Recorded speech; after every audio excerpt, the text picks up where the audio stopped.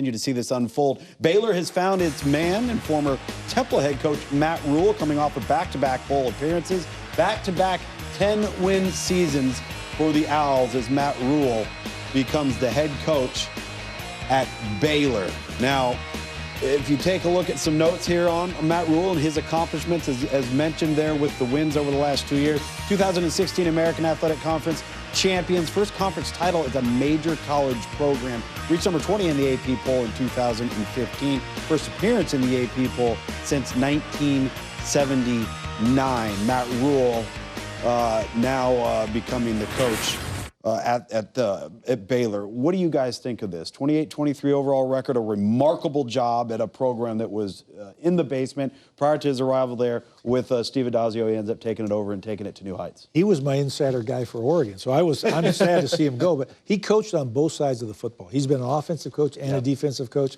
I think that's a tremendous kind of brooding area for a new coach. When you've coached on both sides of the ball, you understand how to recruit both sides, how to coach both sides. I think that's super. And if you can win at Temple, you can win anywhere. Yeah, and spending some time with him at our college football seminar this offseason, it was good to just be around him and get a chance to talk football. And you can tell that he's a really strong football guy, but they need some discipline, and they need somebody outside to come in and change that culture there at Baylor. And that's what he was able to do at Temple, and I think that's the same thing they need in Waco right now. Because it's a blank canvas, is there a long leash for him? I think so, and I totally agree. The culture aspect is huge here because, you know, as we've talked about before we came on, the cupboard's pretty bare there. I mean, they're losing in recruiting across the board. Just one verbal commitment right now. Right, and with Baylor. And the problem is, what's the perception of this university? He's got to change so much about how people look at this football program and how this football program acts on and off campus. I think that's huge. The social climate. Exactly, of the because, you know, the sexual assault claims hanging over them, and it seems like every month something new is coming out. He's got to be at the forefront to making sure that this is never an issue again. Yeah. Coach, from your perspective, if you're in his shoes and you're dealing with mommies and daddies and you're out on the street and you're out in the high schools, how do you overcome that? Well, you don't initially. I think first thing he's got to hire a couple of Texas high school coaches on his staff, just so that he's got some familiar faces to go out and sell his brand of what he believes in. But you also have to say, hey, what happened here is never going to take place again. It's a little bit like who came into Penn State. You've got that hanging over your head, and it's how the administration chooses to enforce that. How well are they going to allow you to recruit, both in terms of admissions and all those type of things that they have sort of been lax in the past, and it'll change dramatically now. They've got a lot of resources there too, and they've got a lot of money, as we know, and then also making sure that you keep the outside influences that influence them in the wrong way properly. And I think that's the one thing there. They've got they've got great facilities now, and he'll be able, to your point, Coach, get some high school coaches from that area and really hopefully get that recruiting going, because there's a great base of what you have there in Waco at Baylor. How good a job is Baylor right now? Right now? Right now.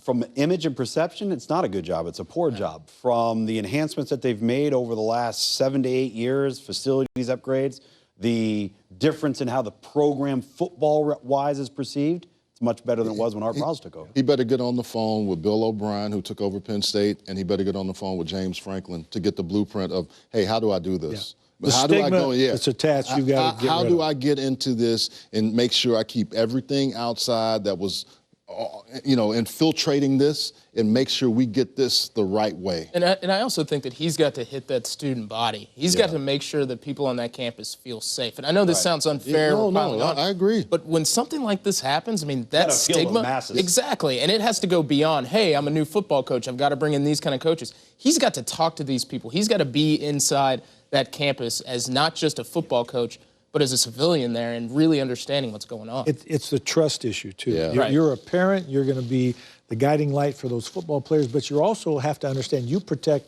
the student body. And you can't allow what happened before to happen. You've got to create honesty and trust with the campus police force, with the administration. You've got to be very transparent in your dealings in that regard. Edward, you guys all bring up a great point. My cousin goes to school there, and we talked about it during the holiday break, and she said it's not as bad as the perception on the outside, but it is an issue because people, when they come visit the campus, that's one of the first things they ask. So to your point, they have to make sure people feel safe when they send their sons and daughters to this university. Best of luck to Baylor and to Matt Rhule as he takes on this new challenge in his college football life.